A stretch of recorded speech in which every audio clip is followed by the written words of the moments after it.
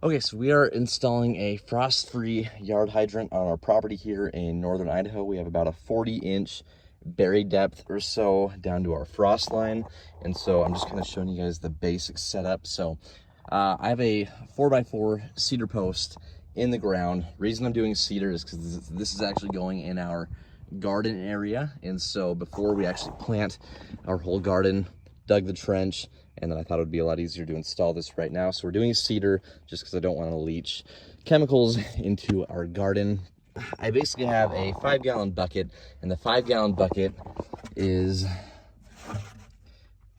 a hole cut out to go around the pipe, and then we have a little notch cut out as well.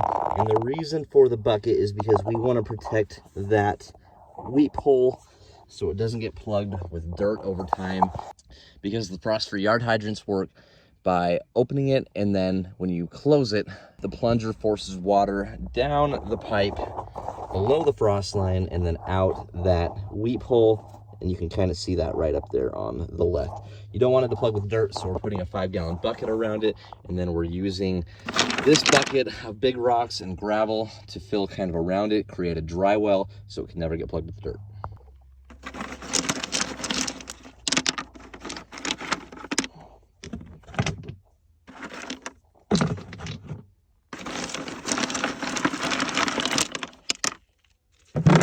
Okay, so we filled and created a small little dry well, probably just about a fifth up from the top of that bucket, or the bottom of this bucket. You can kind of see we didn't quite cover the weep hole, and we didn't want to.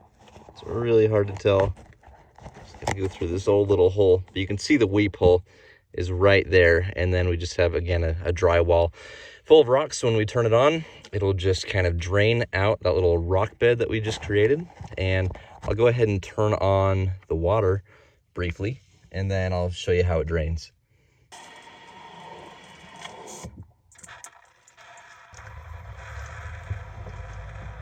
You can kind of see the weep hole drained into our dry well, and then it just created a small little stream down to here.